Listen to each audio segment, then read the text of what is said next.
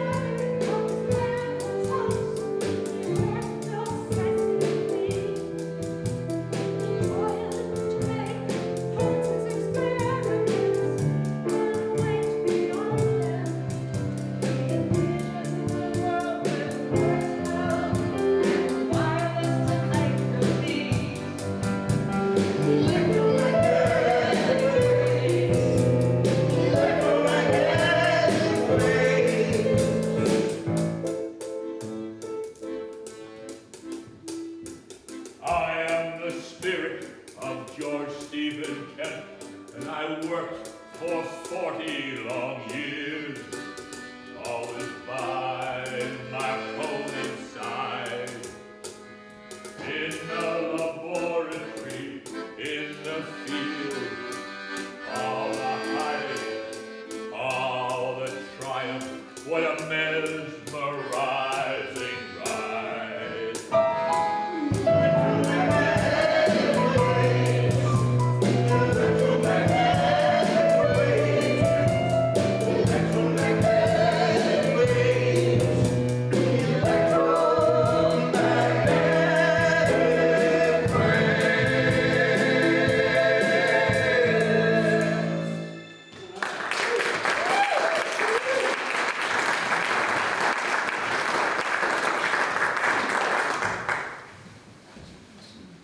I have put many hours into this coherer to get it as best as I can. So see if you can get this into your brain. See if you can get this into your brain. See if you can get this into your brain. The telegraph key starts the Morse code, which sends to the induction coil a signal, which increases the voltage, and then to the resonant tuning coil. The vibration in this coil creates the wave, the electromagnetic wave, which travels through the antenna, through the air, to the receiver, and down to the coherer, a glass tube filled with iron filings, which when activated by an electromagnetic wave, they cohere. And then a decoherer is necessary to make the filings unerect and bring it back to its original state for the next letter. It takes a long time to send a message to a coherer. And S is 3 dots, and O 3 dashes, and S 3 dots to send SOS. I learned Morse code reading aloud to a blind man who taught me Morse code when I was 12 years old. Do you have it in your brain? No. Do you have it in your brain? No. Do you have it in your brain? I have put many hours into this coherer to get it as best as I can. He's only 21 years old. He should be in the army. Oh, but he's so busy with these experiments. He's up in the attic working on experiments for pamphlets. He hasn't even been to school. He has tutored me everybody else. At least he's very determined. He has our sergeant Mario upstairs helping him now. Mamma mia, Mario. I'm going to have some words with the Guglielmo. Oh, no, Giuseppe, he's a good boy. Go over the hill there where I can't see you. It's 11:57. 12 o'clock, I'll hit the switch. If you hear the signal, shoot the gun. Bon suerte, mi estesante. No one has ever done it. Wireless telegraphy. I learned how to use the equipment using invisible radio waves. One person to another, over 150 yards, to a coherer using Morse code. I'm going to try it. No one has ever done it. Wireless telegraphy. The spark gap ignites the coil, which sends to the antenna, and out to the receiver, and down to the coherer. A dot, dot, dot signal. I'm going to try it.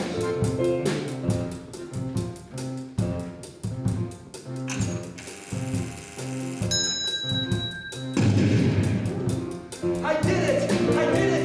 I did it! I did it! I did it! I did it! I did it! I did it! I did it! I did it! I did it! I did it!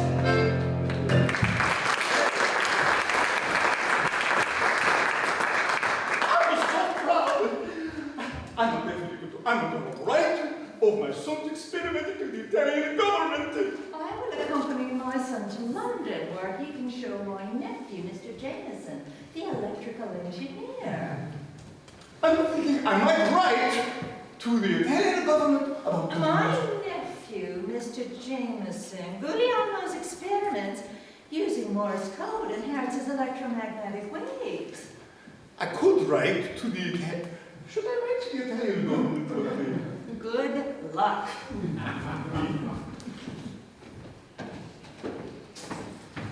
My son is traveling to London, where he can show my nephew, Mr. Jameson, the engineer, an experiment. It's a new branch of electronics. I can't talk about it just yet.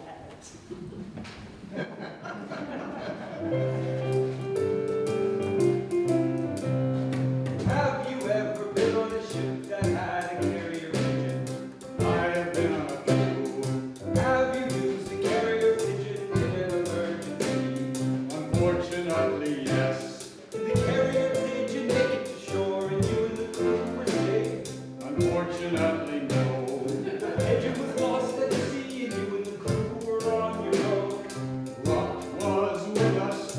There was a ship on the horizon, you flagged her down and you were safe. Precisely, yes. Now imagine your ship could send an SOS through the invisible air to be picked up by another ship. Science fiction, you mean? Maybe science. So a magic genie comes out of a bar and flies over to the nearest ship to give the news.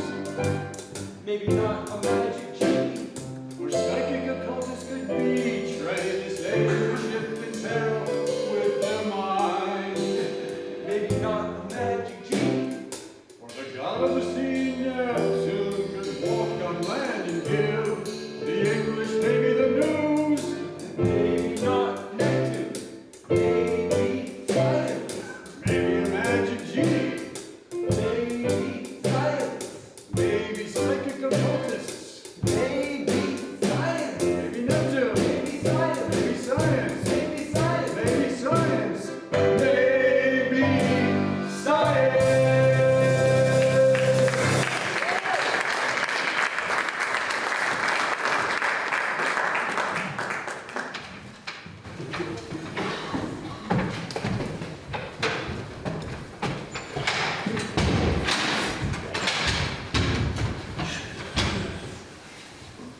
It's my lunch break. It's my lunch break. It's my lunch break. The boy can't be more than 15. The boy can't be more than 15. Why? Oh, it can't be more than 15. Mr. Jameson will owe me for this. Mr. Jameson will owe me for this. Mr. James is going to owe me for this. Welcome, welcome, my friends, to this electromagnetic waves experiment.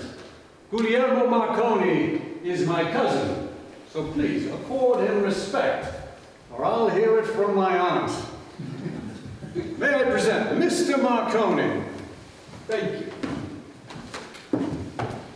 This experiment, which I don't think has ever been done in public before, shows the electromagnetic wave, which is invisible, travels from this antenna, through the air, to this antenna, through the coherer, to the bell, and rings it. The waves travel at the speed of light. This will only take a moment. Okay, here it goes.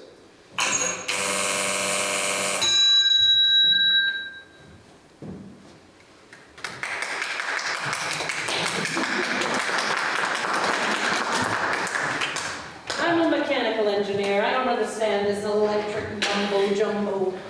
I'm an electrical engineer. I don't understand this. Electromagnetic. Mama. Mr. Jameson, I know someone who knows someone who knows Mr. Priest, who's the head of the post office. He's an electrical engineer, and he's in charge of the post office and the telegraph wires. I'll write to him. You never know. You never know.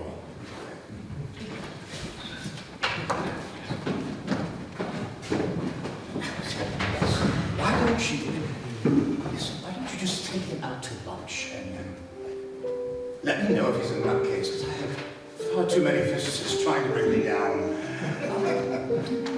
Signor Marconi, why don't you let my assistant take you out to lunch, and then you can come back and show us the experiment, eh? Where do you go? Let's go for a walk. I haven't been to London in a while.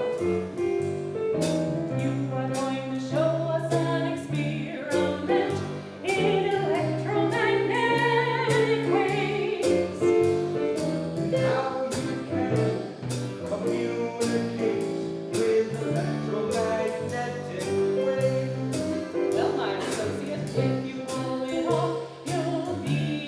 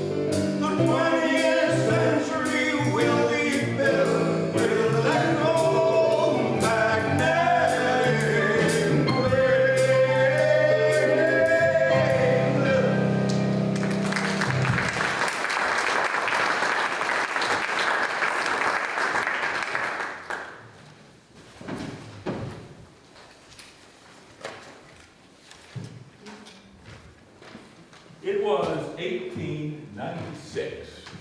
Marconi was 22 years old.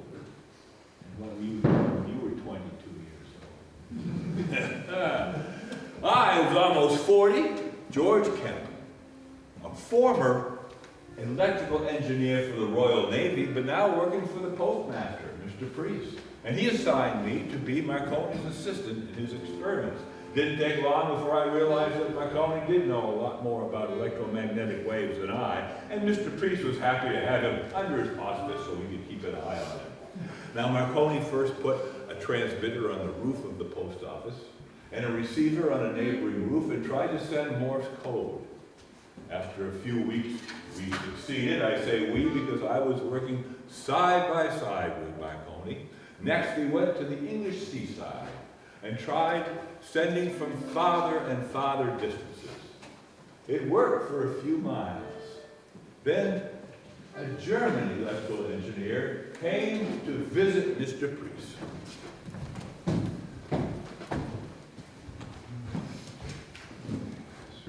I hear you have no wireless machine. Would you like to see it? Yes.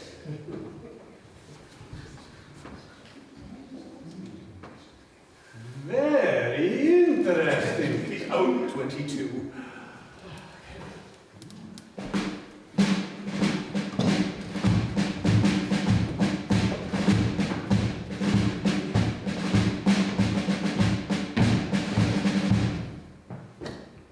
I am the very model of a Royal Navy lieutenant. I'm working with electrical and other new experiments. I'm trying to connect the Morse code with these tiny blue light waves because the Royal Navy shall be bursting on everywhere. I've heard it through the grapevine that this Mr. Priest from the PO is working with this Gresham chap from Italy or somewhere, though a demonstration will be done and one I shall be present at, because the Royal Navy shall be best in all, and that is that.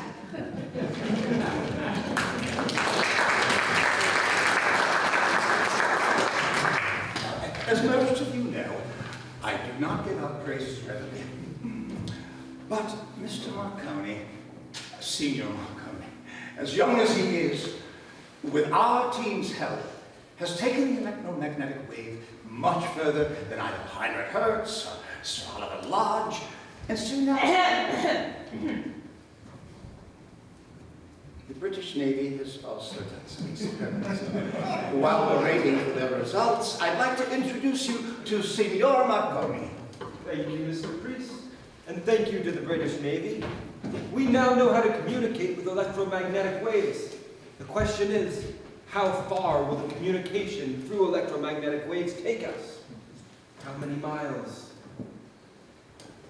A lot of notable physicists were very skeptical, especially Sir Oliver Lodge, England's premier electrical physicist.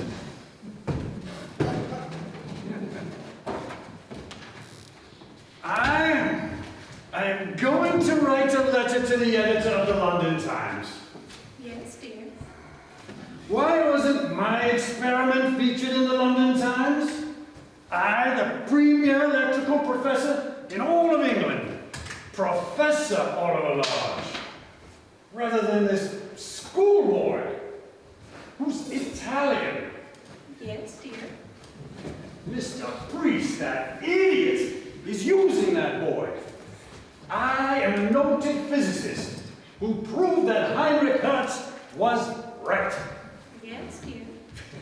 That you could catch electromagnetic waves with spark gaps and send them up through an antenna into thin air for 10 meters into a receiver and through a coherer.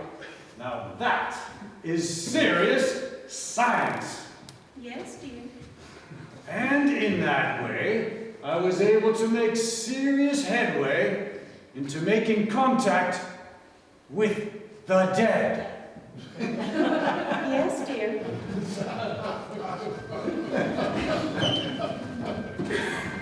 Marconi.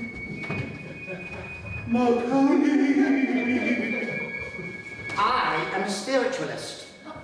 I'm not interested. Marconi, you have opened the world to majestic new depths with your stupendous, unbelievable electromagnetic waves. Thank you. We must prowl the invisible waves for the forgotten pleas of the deceased. I'm doing Now, science. shush. We must invoke the frequency that they use. I'm doing scientific research on We have a electromagnetic. seance. We have a seance. And ask the darkness the question. What frequency do you use? I want to know. Someone has to tell me. Good luck. Someone's going to find out. They're always in my head. What are they talking about?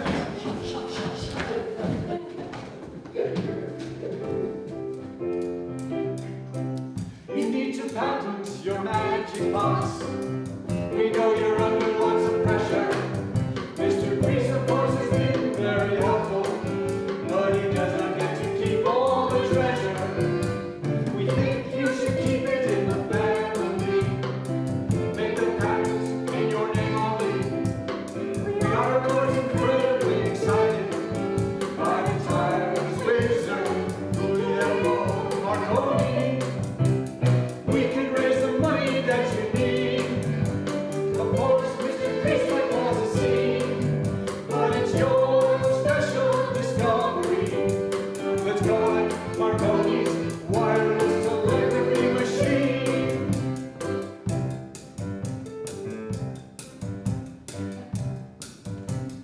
Yes.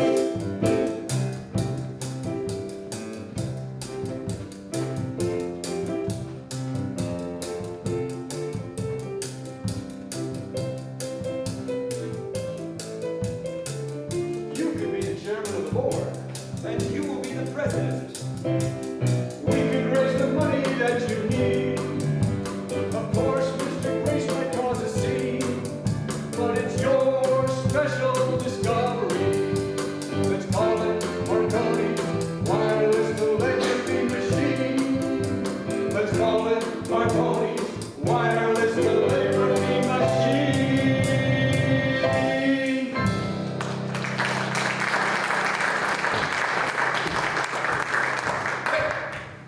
You did what? I patented the machine under my name. I can't believe it. It's called Marconi's wireless telegraphy machine. And you did it without me. You have been so helpful.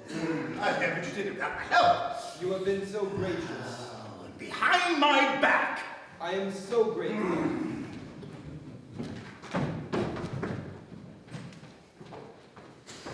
Marconi and his team are trying to do what hasn't been done before. I'm here reporting and observing on Marconi on the coast of France to see if he can receive a message by Morse code through electromagnetic waves from the coast of England, 36 miles away over the English Channel. The time of the message is scheduled to be at 4 o'clock. It is 59 and 55 seconds, 56 seconds, 57 seconds, 58 seconds, 59 seconds, 4 o'clock.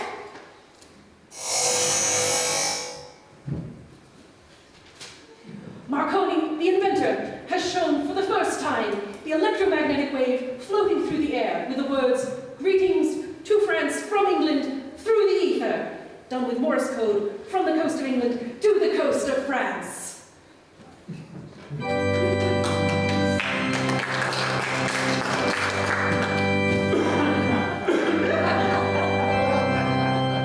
That's very rude. I'm here as queen to purchase not one, but two of these wonderful Marconi why? Oh, it doesn't matter, it bores me to death, actually. For the kingdom. That's what I was thinking. Oh, Lord.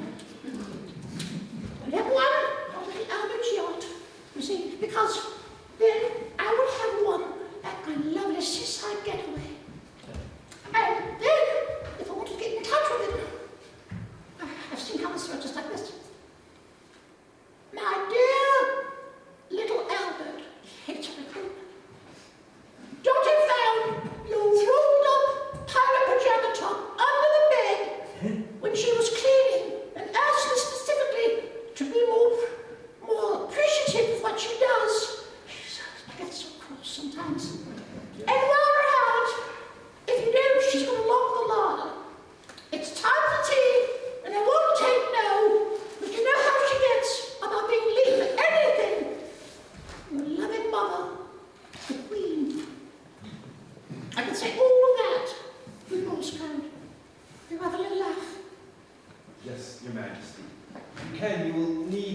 2 technicians, I'm afraid. That's not my problem then, is it? I am the queen. Oh, I grow weary.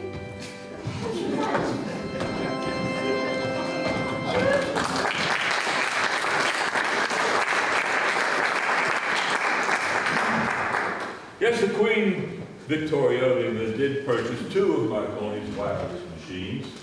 I was now working full-time for Marconi, having given my resignation at the post office. Mr. Priest wasn't very happy. Mr. Priest tried to talk me out of it, and when that wouldn't work, he yelled at me.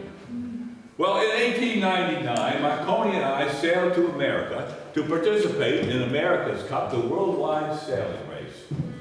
We installed a transmitter and receiver on a steamship 30 miles to sea that could communicate to the shore and keep folks informed of the precise progress of the race.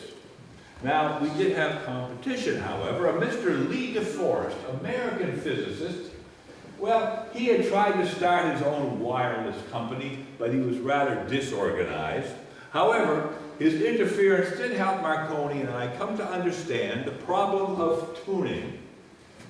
Well, here he is now. Hi.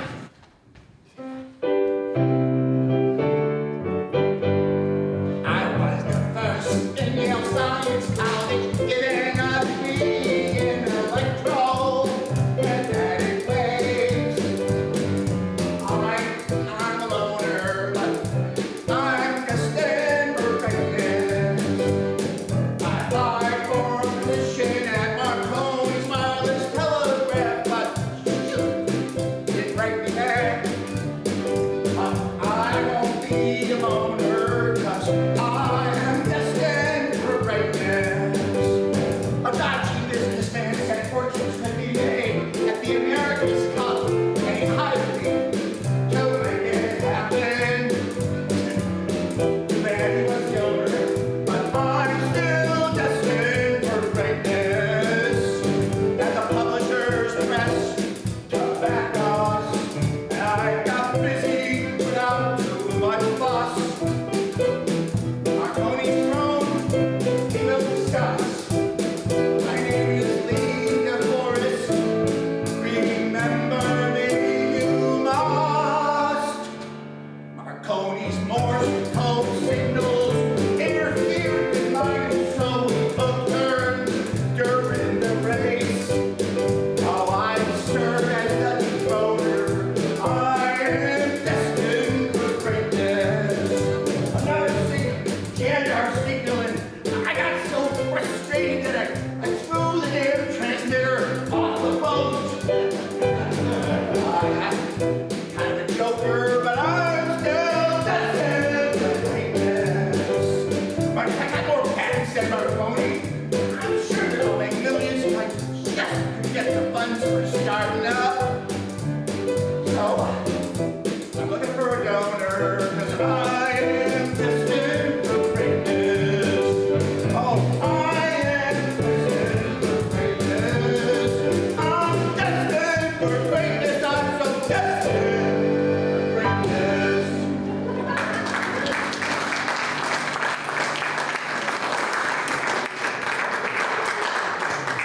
Now, truth be told, Lee DeForest made and lost at least 4 fortunes in his lifetime. But everybody loved Marconi. Marconi and his magic box. Marconi, Marconi, Marconi! We are happy to be here in New York City, bringing our new technology, Marconi's wireless telegraphy system, to the America's Cup. Marconi, Marconi, Marconi! Now, Nikolai Tesla, that famous Serbian-American inventor, physicist, futurist. Well, he did figure out a way to use alternating current, AC, successfully. But believe it or not, he had a lot to say about wireless.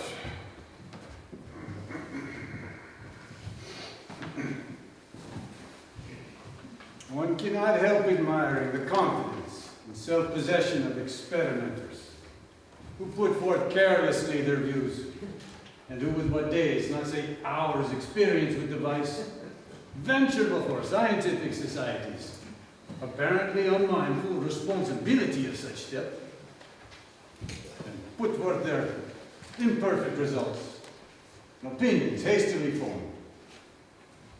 Sure, the sparks may be long and brilliant. The display, it's interesting to witness. The audience may be delighted. But one must doubt value of such demonstrations. Unlike my sophisticated and powerful system, my rival, his invention is a worthless trap of interrupting currents, wasting 9/10 of energy. It's just suitable for amusement of small boys, just beginning their electrical experience of batteries. $1.50 induction coils.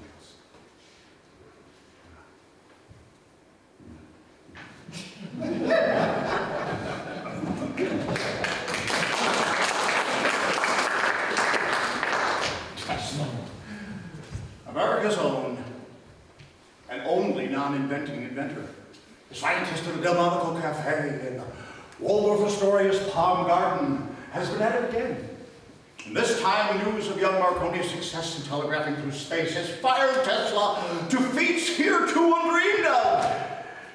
And he filled columns in the Herald, which paper, I much fear, inclines to help Tesla make a guy of himself, with ponderous droolings of amperes and resistors and circuits and volts and things.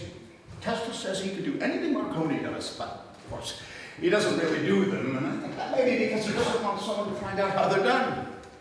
Oh, he knows all about the theory and the practical machinery of Marconi's messaging miles through space, and he could do it too, if old Bill Jones were still alive. Indeed, the actual results of the methods of the two inventors shows only one slight difference. Marconi messages through space, and Tesla just talks through space. On our way back to England on the ocean liner, the St. Paul, Marconi and I installed a transmitter and receiver, the first ones on a commercial ship. Oh, it was a heady time. And Marconi was just turning 25 and as yet unmarried. I may be from Indiana, but I did just graduate from women's college. I studied French Romantic literature. I don't understand electronics, let alone this electromagnetic wave stuff. Mother and I are traveling through Europe. You may kiss me. Oh, Marconi is engaged, but he's very, very, very busy. While he was busy setting up training programs for all the Marconi wireless companies that were popping up, he had to fulfill his contract with the British Navy to install transmitter and receiver rooms on the British ships. He had to talk to his board of directors, asking them for more time. They had given him a great deal of capital and had yet seen much profit at all, while he was working with his engineers, trying to figure out the problem of tuning. And he was in the process of hiring a Mr. Fleming, the most notable electrical engineer in England, to help him design the largest transmitter in the world. He was very busy. I am very busy. I can only work for you part-time. Thank you, Mr. Fleming. I will get right to the point. This is top secret. We want to build the biggest and most powerful electromagnetic wave transmitter in the world. We have ones now that can go 150 miles. We think we can do better, perhaps as far as the Atlantic Ocean. Will you try? The transmitters will have to be massive. Yes. I will try.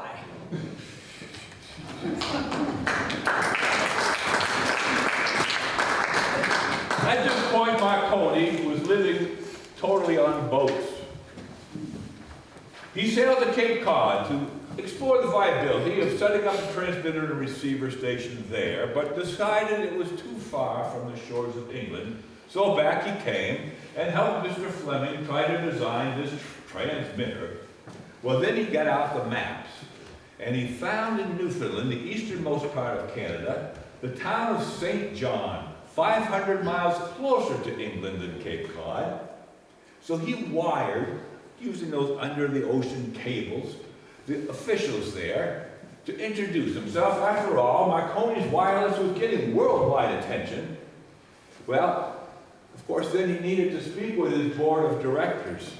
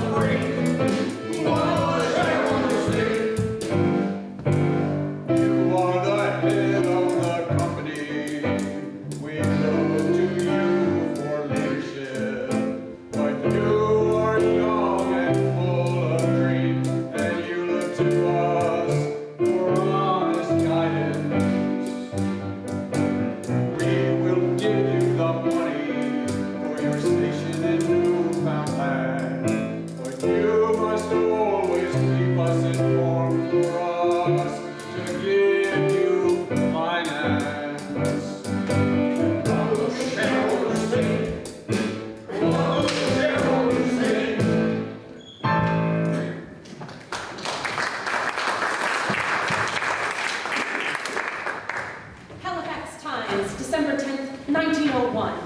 I've come to St. John's, Newfoundland, a British holdout in North America, where Signor Marconi has just shown up. We will not tell the reporters what our real reason for being here is. He and his associates are busy building a temporary transmitter and receiver station. We will tell the reporters we're transmitting to ships within 80 miles, like we know we can do. His associates are trying their best in this bitter cold to fly special balloons and kites attached to antennas, attached to transmitters and receivers. We are here to push the boundaries of wireless communications. One of his assistants, George Kemp, almost got swept out to sea trying to attach a balloon. For me, for us, we face life or death with wireless and this experiment of sending electromagnetic waves across the Atlantic. The Marconi Wireless Company has already proved useful with icebergs within 100 miles of St. John's. Our largest transmitting station in the world is in England, 2,000 miles from here. But in the middle of the Atlantic Ocean, thousands of miles out, wireless can't reach ships. We will attempt to transmit from there to where we are now, the letter S, ... at 12:30 p.m., December 12th, 1901. But so far, Marconi hasn't spoken much.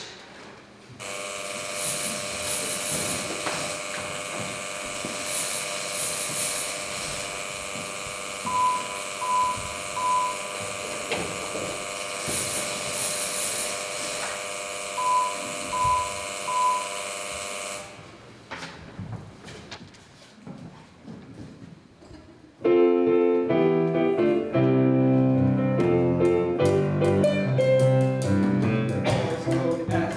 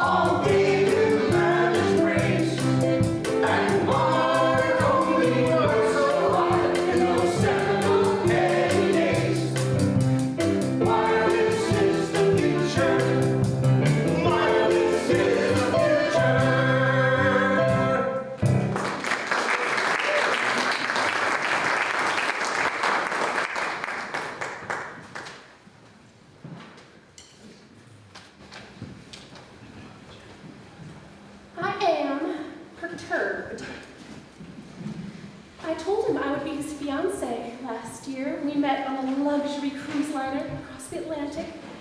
Very romantic and very silly. To tell the truth, I don't really know him. I've hardly even seen him these past 12 months. His letters he writes, he's very busy. He's inventing wireless communications. It doesn't matter. I'm not going to be his fiancée anymore. It's over.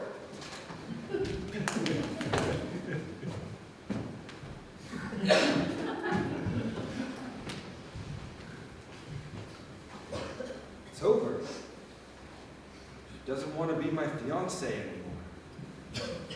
You know what's begun. Electromagnetic waves can travel across the Atlantic Sea in the matter of seconds. They go at the speed of light.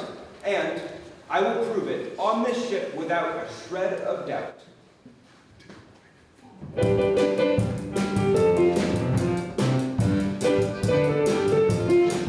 know, maybe your receiver will catch a transmission at 500 miles out to sea. Maybe you won't. Maybe you can. Maybe you can't. We all made a few bets. We got permission to put a receiver on both when we get to England. Then I'll head back to Canada with you and start the experiment. Maybe he can. Maybe he can't. I'll even turn on my cigarettes. We are aiming at 1,000 miles out to sea. Then we're aiming at 1,500 miles out to sea.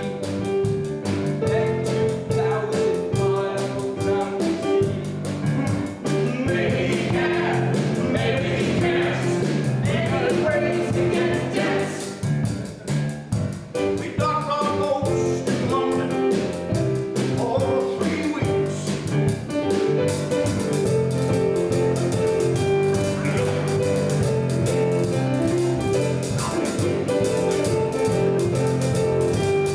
All over Canada. Now I'm here to report that Marconi's train has sailed over the Atlantic Ocean like he said. Or if it was a pigment of his imagination, maybe he can, maybe he can't. It's not discovery, yes. It works at 500 miles out to sea. It works at 1,000 miles out to sea. It works at 2,000 miles out to sea. Oh, maybe he can, maybe he can. We've got the facts. Well, it seems like electromagnetic waves can go through the air by at 2,000 miles.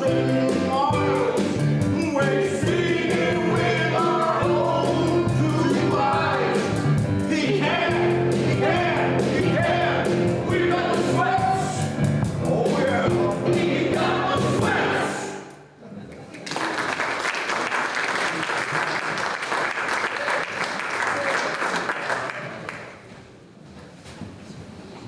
All the countries wanted Marconi's ear, especially Italy.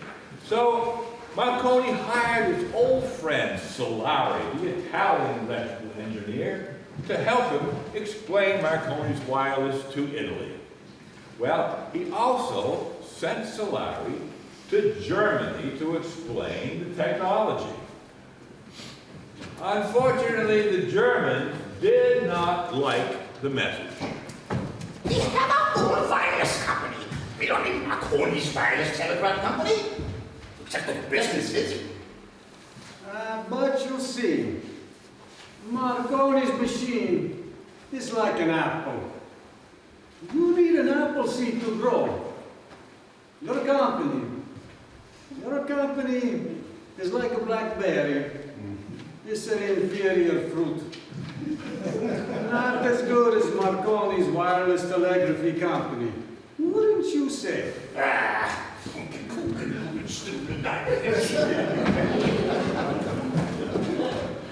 Solari arranged for Marconi to have use of one of Italy's royal yachts in exchange for the latest in equipment that he had developed. Then Solari introduced Marconi to the King of Italy. The King of Italy wanted to meet Marconi. A lot of people wanted to meet Marconi.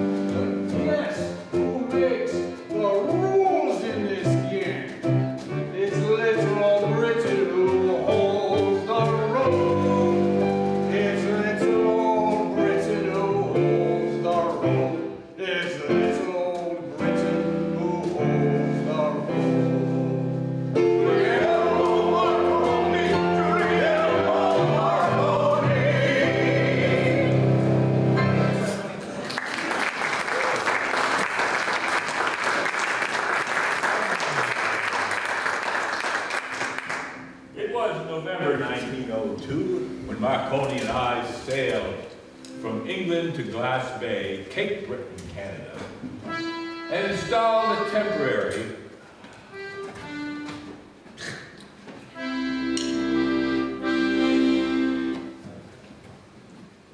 little tribute to Canada, and installed a temporary transmitter and receiver. And when they were ready, we began to send.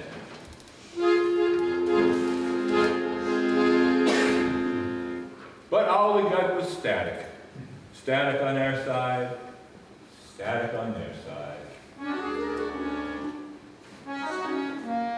For 20 days we fiddled with the equipment, and occasionally faint indications, but essentially electronic gobbledygook. Then, on December 21st, a signal came in loud and clear, the letter S in Morse code.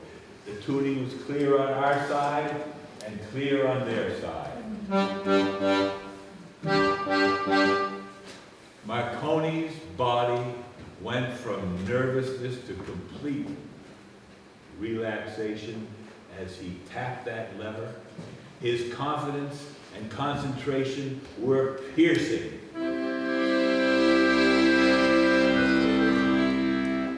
He had asked a member of the London Times to compose the very first message to be sent with electromagnetic waves across the Atlantic.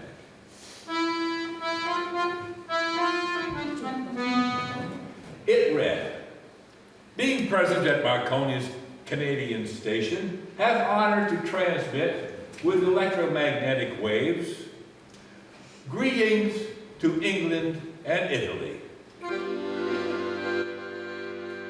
It was a glorious time.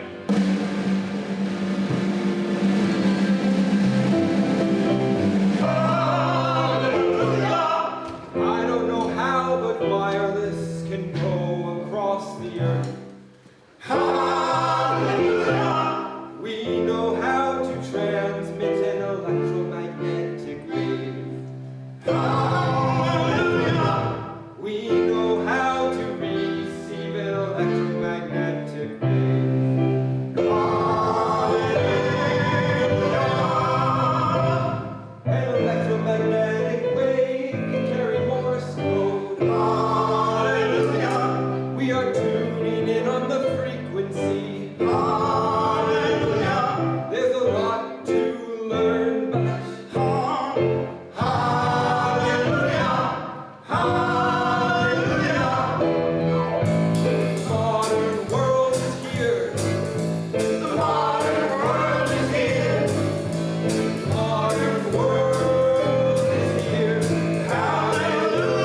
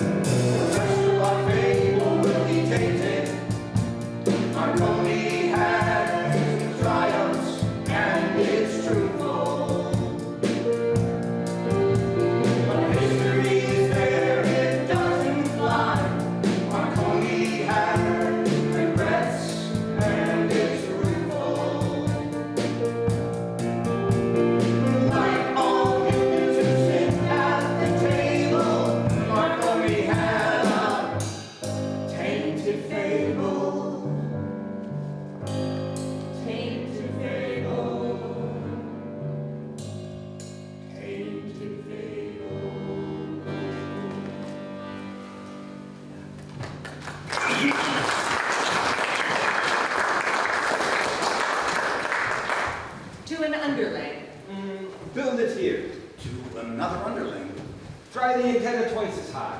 To the German government. We believe Marconi's wireless, rather than your telefunken machine, is the only way to communicate with the world. To his board. We need more money, but you will get it back, we think, 100-fold. To answer a lawsuit that Lee DeForest was bringing. My companies are engaged in the strictly commercial enterprise of transmitting and receiving telegrams, not in conducting so-called competitive experiments with companies who claim to be my rivals. To a school that teaches Marconi wireless telegraphy. You're embarking on the future. You are learning a brand new technology, wireless communications. To the English Post Office. We think Marconi's wireless has the sole rights to the technology of wireless communication. To an underling. The transmitters, they need to be more powerful. To the captain of a ship that he's sailing on. Now you see the excitement of Marconi's wireless. You can send a message to another ship without any cables, with the right technology, 500 miles away, or to shore 2,000 miles away. You know the name of this woman over here? Her name is Inez Mulholland, and she's on a trip to London with her mother. And she has got some strange ideas. Thank you. You're Guglielmo Marconi, and you built machines that send messages wirelessly. I'm Inez Mulholland. I'm going to London to meet with the suffragettes. They're doing stupendous work. And then I'm going to take what I've learned back to the U.S. and fight for the women's right to vote in America. In a few days, they were engaged. But it didn't last long. To an underling. The tuning of the airwaves is crucial. Must do more research. To George Kemp. You see, the trains, they're satisfactory, but these new automobiles are astonishing. You can drive yourself. You can go 20 miles per hour, 25 miles per hour. I want one. In a speech, thanking the University of Bologna for an honorary degree. Grazie. In a speech, thanking the University of Oxford for an honorary degree. Thank you. To a wax likeness of himself at Madame Tussauds. Thank you. To his father's death at 80 years old. Papa. To reporters wanting to know more about rumors of romance between Alice Roosevelt, the president's daughter, and Marconi. We're just friends. To an underling. The ship-to-ship transmitters, they're working within 500 miles of each other. Good work, good work. On a weekend away from work? Miss Van Raffles, it's so nice to be with you on your island getaway. The pleasure is all mine. Have you met any of the other guests? Miss O'Brien, have you met Signor Marconi? Oh, how do you do? Miss O'Brien and Signor Marconi spent the rest of the weekend getting to know each other. She is a member of the Irish aristocracy. I introduced them, you know. Would you be my bride? My. Maybe. To reporters. We have over 60 Marconi shore stations in Britain and beyond. 120 ships have been equipped with Marconi's wireless, and we have offices in Canada, America, England, Germany, Italy. Will you be my bride now? Maybe. To an underling. We have got to find an alternative to the spark gap technology. And we've got to find it before the German Telefunken does. To his lawyers. We have got to fight these lawsuit patents in the courts. Would you marry me now? Maybe. To an underling. The tuning, it's crucial. We must do more research.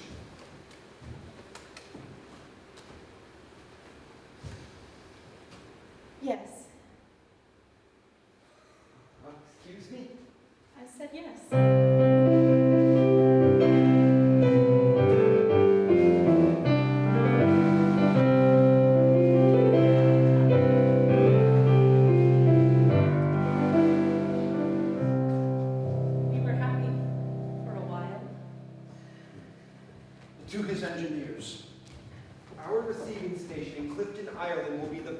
in the world. There are over 8 wooden masts, 200 feet high to hold up the antenna, and the box is clad in galvanized steel that has the...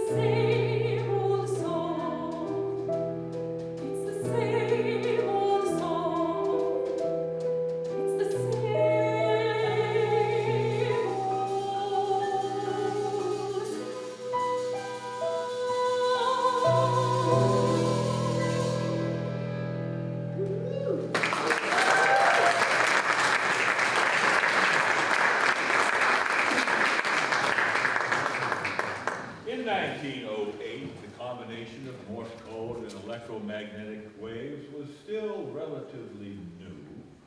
Just the year before, he had commercialized so anybody in the public could send a message to a loved one across the ocean. For his achievements in 1909, Marconi was awarded the very first Nobel Prize in Physics.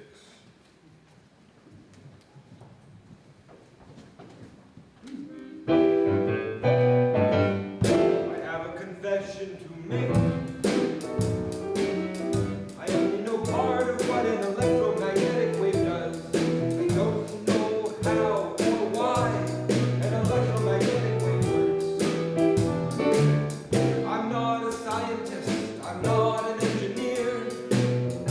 I'm an inventor and an entrepreneur. it died. I was 16 years old. From his electrical pamphlets, I copied his experiments. Then I got an idea. Send Morse code with electromagnetic waves. I'm not a scientist, I'm not an engineer. I'm an inventor and an entrepreneur. So then we add to the antennas.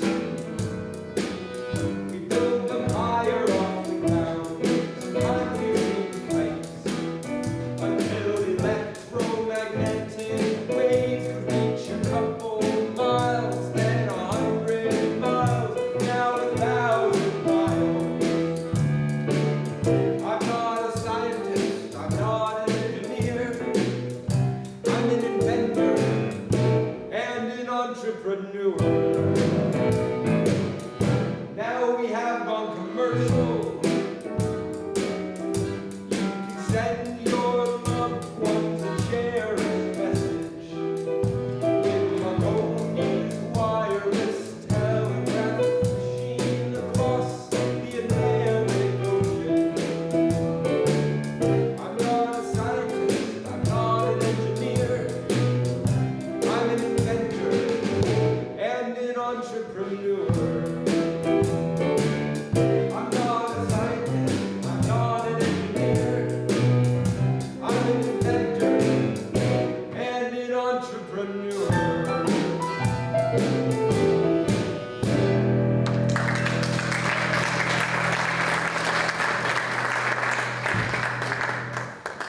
January 1909. The liner, the Republic, with 1,500 passengers, started its voyage from New England, headed for Europe. On the coast of Massachusetts, in dense fog in the middle of the night, the liner was struck by another boat and started to sink. The Marconi operator for the Republic, Jack Binns, roused from sleep, got on the wireless, and got the nearest boat, the Baltic, to come and rescue the passengers. Jack Binns.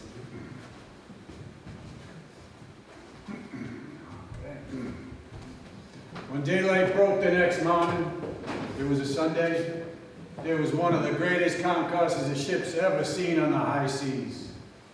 Everywhere, as far as the eye could see, were ships. Every liner, every cargo boat equipped with wireless that happened to be within a 300-mile radius of the disaster. After overhearing an exchange of messages between the Baltic and the Republic, my ship, well, they gathered round, and they stood by to be of whatever assistance they could. It was a fine testimonial to the power of wireless.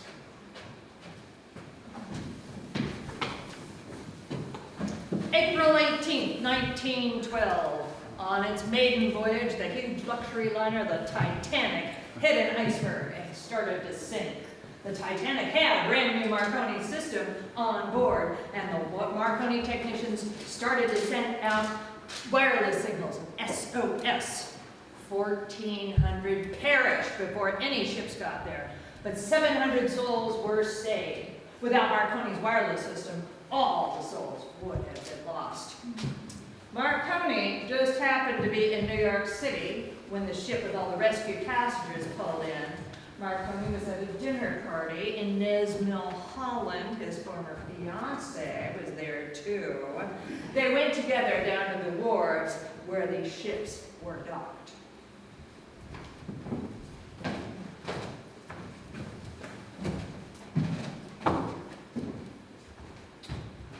Guglielmo Marconi were not one of the most modest of men, as well as one great man.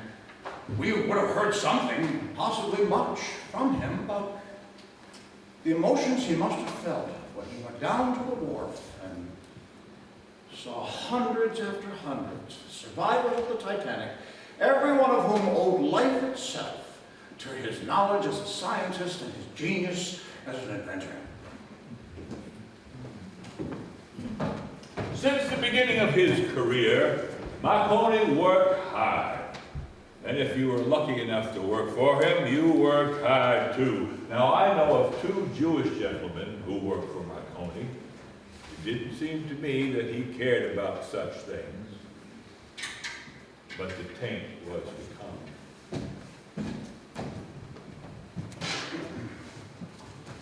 I am Lord Isaac.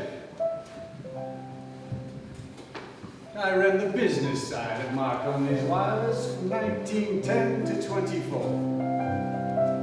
Marconi, he ran the scientific aspects of the enterprise. So many electrical doodads to figure out. So we both worked together to make Marconi's Wireless Telegraphy Company a smashing success. I was rather good at my tasks. Now our family, we are one of the oldest Jewish families in all of England, dating back centuries. My uncle, Sir Henry Isaac, was Lord Mayor of London. And my dear brother, Rufus, he had a stellar career as the top barrister in all the land, and then was Lord Viceroy of India. We were all rather good at our tasks. Now Marconi spent years on his boat Electra. He built a transmitter and a receiver. He was always working on ways to make electromagnetic waves smoother for the customer. After all, he invented wireless for all to use. He was, in my view, rather good at the task.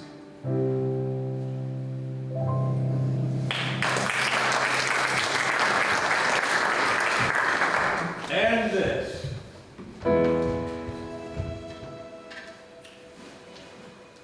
I am David Sarnoff.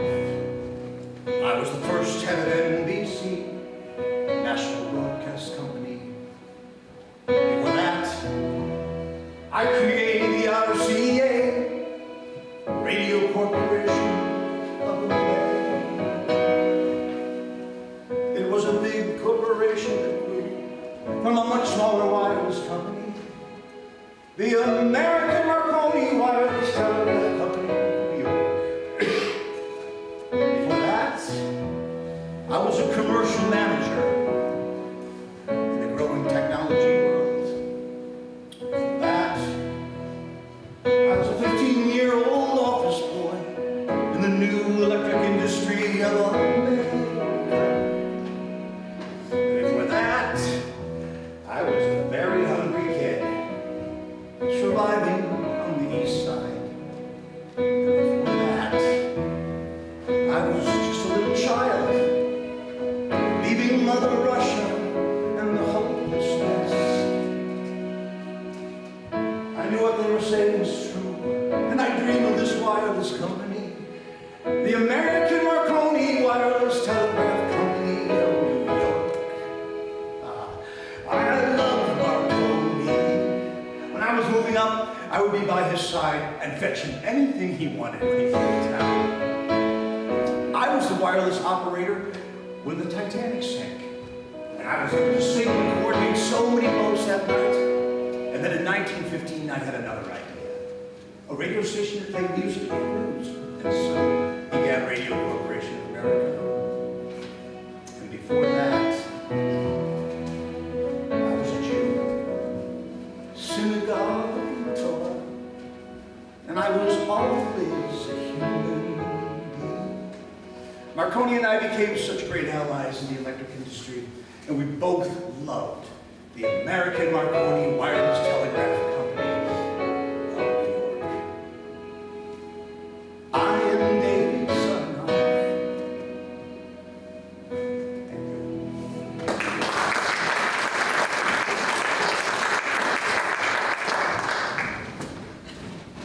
The automobile was also a brand new invention. Marconi had to have one. While vacationing in Italy, Marconi was in a terrible accident, his wife was unhurt, and she nursed him back to health. but he lost one of his eyes. They gave him a glass eyeball. It made him look like he was staring into outer space. After the accident, Marconi lost that youthful quality he had until then.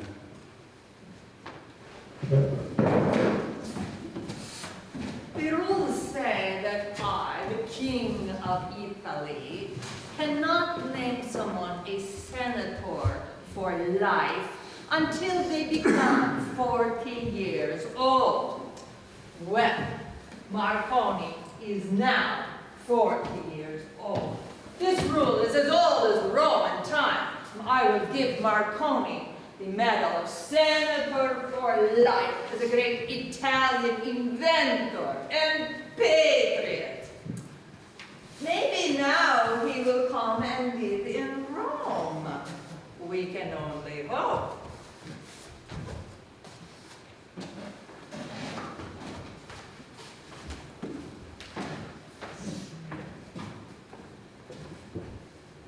My dearest Bee, how have you and our children been? We have been missing you.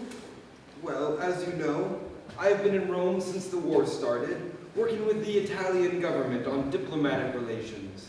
Having been given the Senator for Life honor was quite beneficial.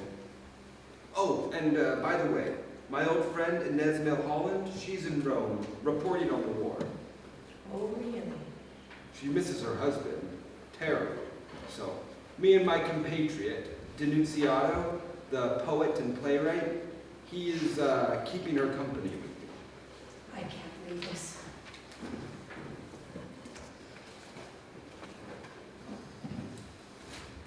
These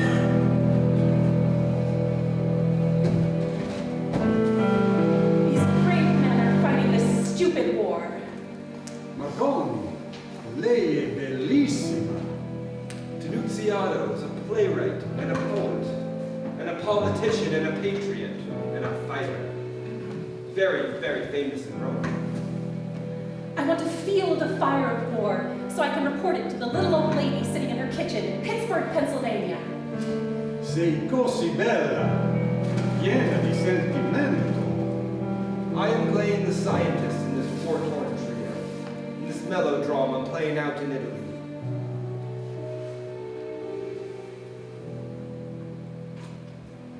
War! War! It hurts so badly. Sei più bella di un angelo, ma chiaro e brutto. She sees the men in the trenches, and she feels their pain. She writes heartbreaking articles about them while I do diplomacy about wireless things. I can't go on, and yet I must go on. Oh, my brave poet, my Denunziato, my inventor, Marconi. Il mio amore per te è come un cane, un calò. The Italian government needs new earphones. I'm in the trenches with the perishing troops. Oh, agony! Agony! Horror! Horror! Oh, osa soffrono così tanto per te. There are some testy negotiations happening with our neighboring countries concerning wireless. I'm dying. I'm dying. Goodbye, my brave soldiers. Goodbye, my suffragettes. Goodbye, my poet. Goodbye, my inventor.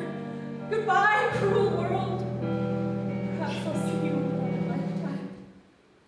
Oh, ti ho perso.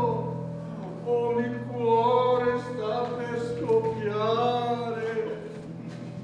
She died of pleurisy of the stomach. She died of a broken heart. My dear Inez, she was so audacious and so daring, and she died at only 30 years old. Dear Inez.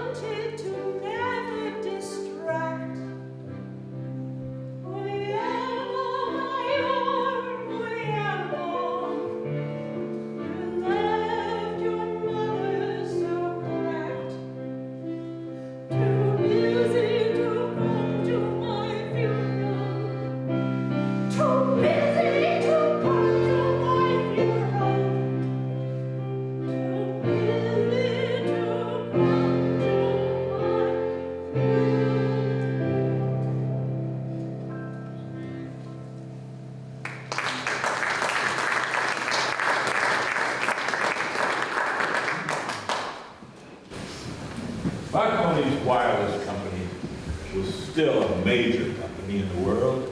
And don't forget, it brought about RCA, the radio company, in 1922, and later the first television company, NBC, the National Broadcast Company, in 1944.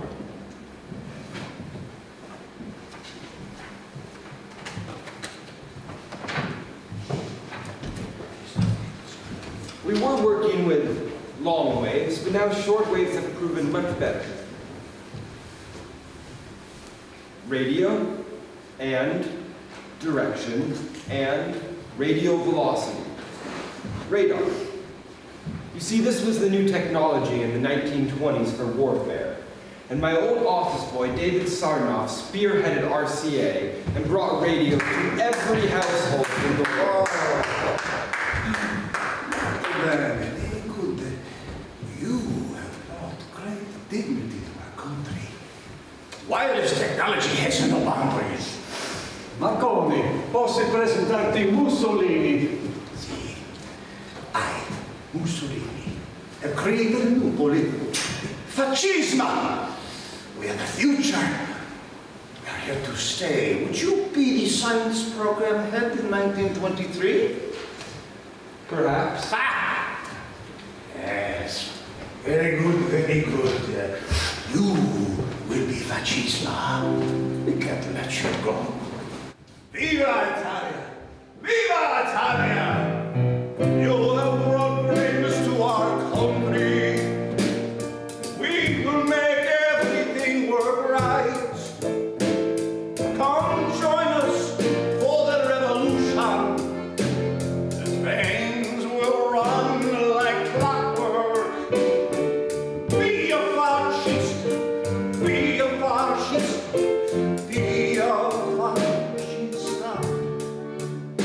It's not the old days when things were in shambles. We will all work for one glorious goal. Now come and join us for the revolution. The trains will run like clockwork. Oh, be a fascista, be a fascista, be a fascista.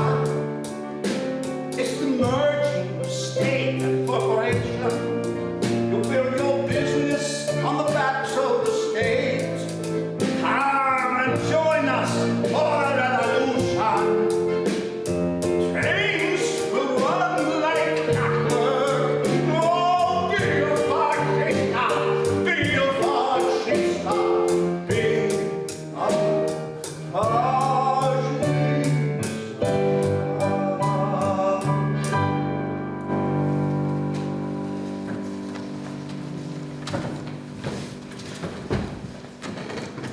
Fascist means in Italian a bunch of rods tied to an axe. Mussolini was a working class fellow and he formed his own political party, Fascismo. He was charismatic and he published a newspaper, but he came to admire Hitler. He came to power in 1922 and held power for 22 years until 1944, when he was captured and then shot dead, along with his mistress, by opposing Italian troops. Mussolini, we have technology for brand new radio. Do deal with us. Italo radio can be one of ours. German, Italian combination. Soon.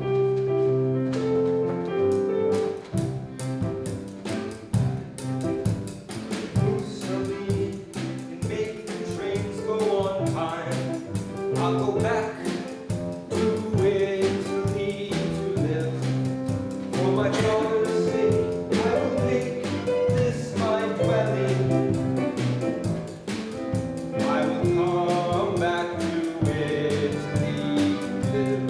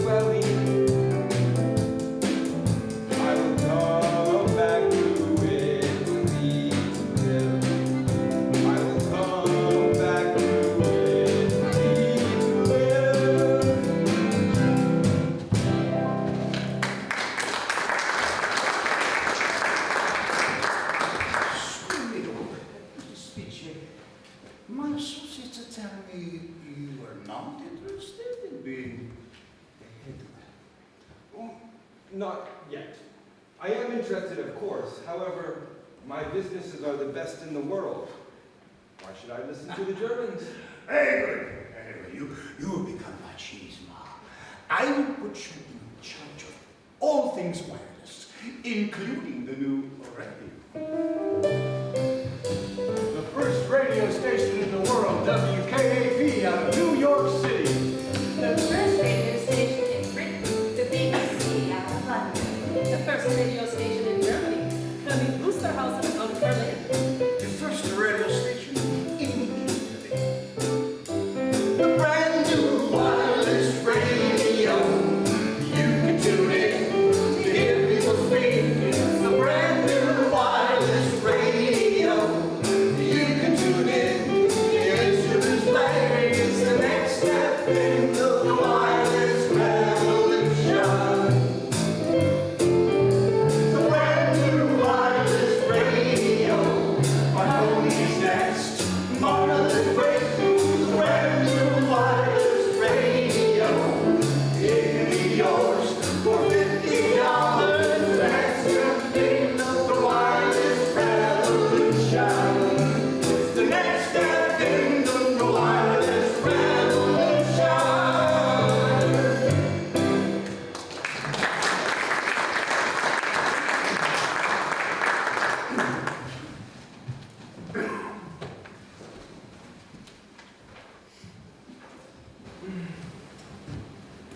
Dear B, we have been divorced for 7 years now, and you have gotten remarried. Through it all, I have cherished our friendship. You are the mother of my 3 children, and now I would like to get remarried. My mother, as you know, raised me Protestant, but the young woman that I want to marry is Italian, a strict Catholic. Her father works for the Pope. Anyway, the point is, I would like to convert to Catholicism. Will you please tell the court that our Protestant marriage was not till death do us part? Divorce was inevitable. Much admiration, Guglielmo.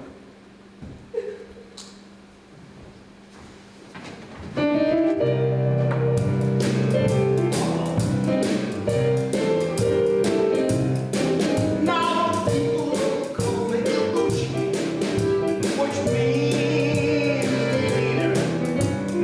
Name I came up with by myself. I made the train for one time, despite being illegal. Anybody gets in my way, that will be the best. Now the communists and the like, now there's no room for them. I'm gonna fight them till the end, and I will be victorious. A special like Marconi, oh yeah, he's glorious.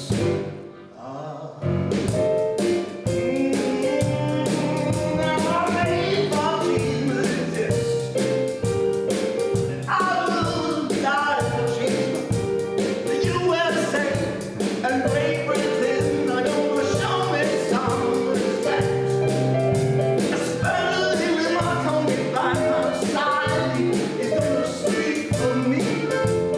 Because he's a machismo. He will enlighten them. People call me Il Duce, but I'm getting my way. Watch me.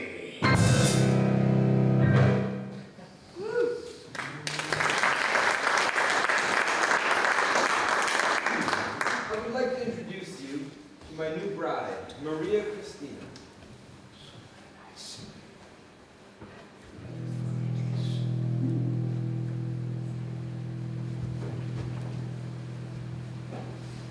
I hope people come to visit Rome, the eternal city, which, thanks to fascist rule and effort, is assuming once again something of the splendor and majesty which characterized it in the days of Augustus. Throughout Italy, visitors will notice the major milestones set by fascism along the path of civilization and progress. You will certainly appreciate above everything else the new spirit, which a force of a new ideal brought into action by a truly great man has succeeded in arousing throughout Italy.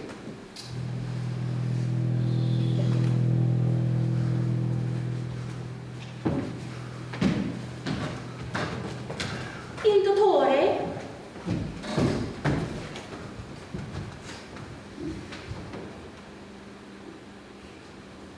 Marconi has a hard time breathing. Well, the Marconis began a trip around the world. The first stop was the Chicago World's Fair of 1933, and below it is a big banner that says Marconi Day. Italian Americans pay tribute to Christopher Columbus and Guglielmo Marconi. Well, in Washington, D.C., they have lunch with President Franklin Roosevelt and Eleanor, and he answers all their questions. Well, he and his wife go on a train across America, and he enjoys the Southwest. In Los Angeles, he meets all the famous movie stars. In San Francisco, the Italian-American mayor greets Marconi and gives him a key to the city. Well, are Mussolini and Hitler going to join forces? No, no. They will never join forces. They are too different. Well, the Marconi sailed from San Francisco to Hawaii, and they stayed at the Honolulu Ritz, and then to Japan, and he met Emperor Hirohito himself, and they stayed at Frank Lloyd Wright's magnificent Imperial Hotel, and then to Korea, and then to China, where Marconi met Chiang Kai-shek. And Marconi set up an electromagnetic wave that was specifically between China and Italy. And then they went to Ceylon, and then Bombay, India, and then back home to Italy.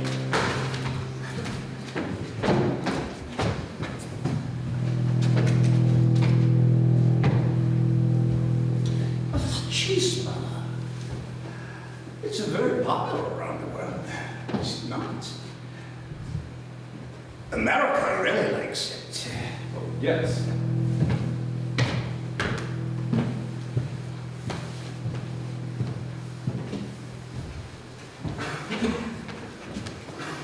Il dottore?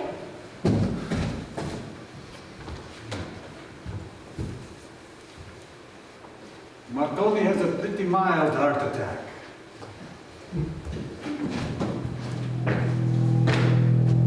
You know, I like it when the people who I assign to run the agencies in my government do what I say.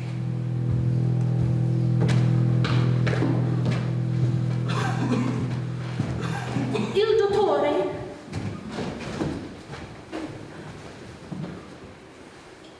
Marconi has another pretty mild heart attack. I have a secret police to do my dirty work. So does Hitler. We think alike.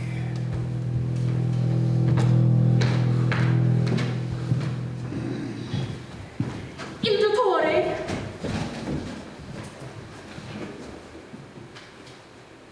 Marconi has a pretty mild heart attack. You know, I will invade Ethiopia. Yes. In the 19th century, we had a foothold in Africa. As head of my science program, you make a speech about the importance of imperial Italy. Il dottore?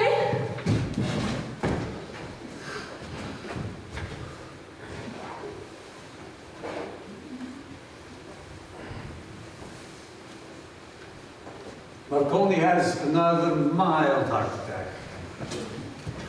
Marconi. He's building a massive army. I will build a massive army too.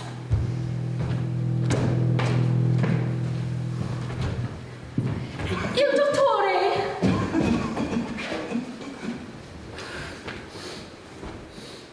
Marconi has a not so mild heart attack.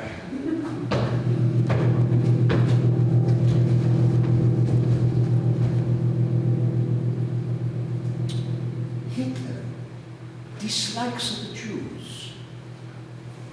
I will dislike the Jews. And we will get rid of them.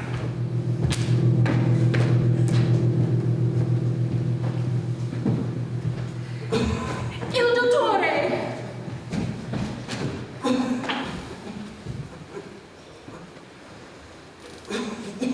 Marconi has a heart attack.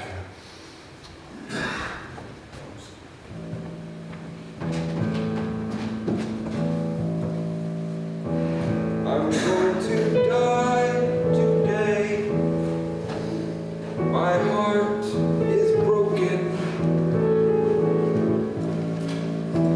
I am not close to any of my children. I don't see them much, but I don't care at all. I'm going to die today. My heart is broken. I got into the politics of Mussolini. A big mistake.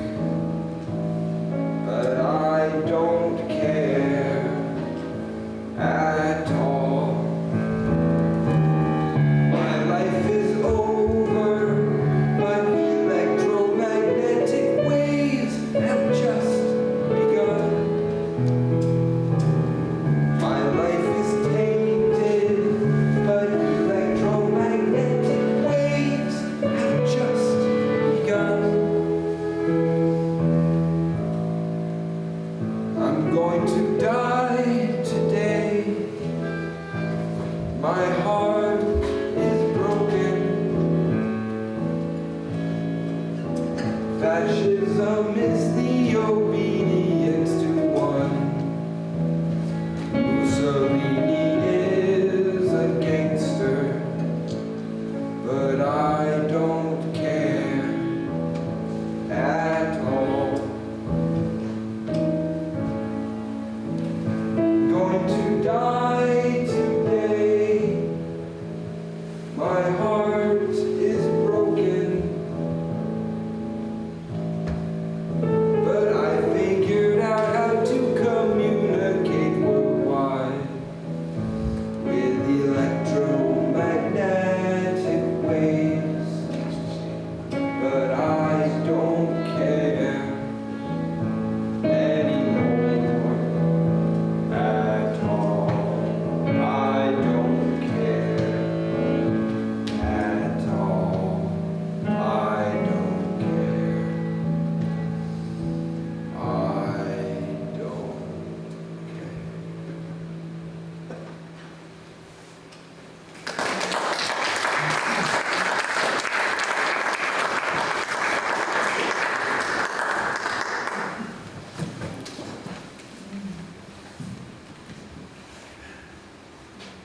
And then Guglielmo Marconi was gone from your world. It was 1937, in 2 years, World War II would begin. 100,000 souls attended his funeral in Rome. After all, there were plenty in the world who loved Marconi. Marconi had plenty of money. He was from the upper class. He was a successful capitalist. And then came Mussolini, fascism, with a horrible ending. Like I said in the beginning, I am the spirit of George Kent, and I work with Marconi by his side in the laboratory, in the field, all the heartaches, all the triumphs. What a mesmerizing